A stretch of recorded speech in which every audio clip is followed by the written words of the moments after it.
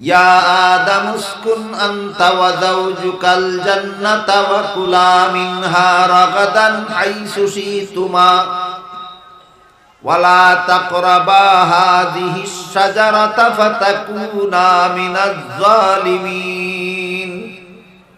আল্লাহ বলেন, হে আদম হাওয়া, তোমরা জান্নাতের যেখানে ইচ্ছা বসবাস করো, জান্নাতের সব রকমের ফলমূল খাও, শুধু একটা গাছ দেখিয়ে বললেন এই গাছের ফল খাবে না, সাবধান।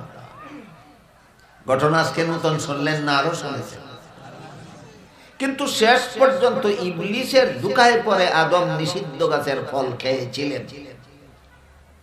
এই ফল খাওয়ার ঘটনাটাকে আপনি যদি মন গড়া ব্যাখ্যা করেন, এর দ্বারা আদমকে আপনি গুনাহগার সাব্যস্ত করতে পারবেন।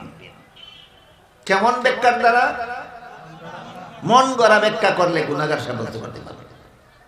মন গড়া ব্যাখ্যাটাও আপনাদের শোনাই। আল্লাহর আদেশ নিষেধ লঙ্ঘন করলেই গুনাহ হয়। আদম তো লঙ্ঘন করলেনই, সুতরাং আদম বেগুনাহ রইলেন কোথায়? এটা মন গড়া ব্যাখ্যা। তাহলে সহি ব্যাখ্যা কোনটা? সহি ব্যাখ্যা হলো আল্লাহর আদেশ নিষেধ লঙ্ঘন করলে গুনাহ হয় দুনিয়ার জীবনে, জান্নাতি জীবনে নয়। বুঝেন কথা আপনারা? বুঝেন? আল্লাহর আদেশ নিষেধ লঙ্ঘন করলে গুনাহ হয় কোন জীবনে? জান্নাতি জীবনে নয়। এবার বলুন তো, আদম নিষিদ্ধ গাছের ফল খেয়েছিলেন দুনিয়ার জীবনে না জান্নাতি জীবনে? এর সাথে গুনাহরও কোনো সম্পর্ক নাই, সওয়াবেরও কোনো সম্পর্ক নেই। এভাবে ব্যাখ্যা করলে আদম গুনাহগার সাব্যস্ত হন না, আল্লাহর সামগ্রিক মূলনীতি লঙ্ঘন হয় না।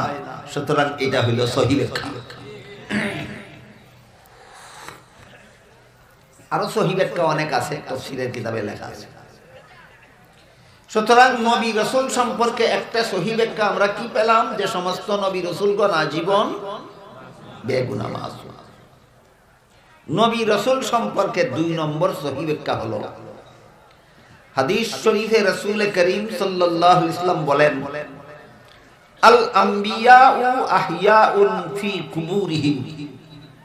নবী রাসূলগণকে দাফন করা মাত্রই আল্লাহ তাদেরকে জীবিত করে দেন।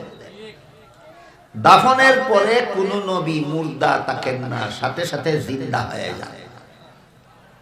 বুঝে থাকলে বলুন তো, নবী রাসূল সম্পর্কে 2 নম্বর সহি ব্যাখ্যাটা কি বুঝলেন? দাফনের পর থেকে নবী মুর্দা না জিন্দা?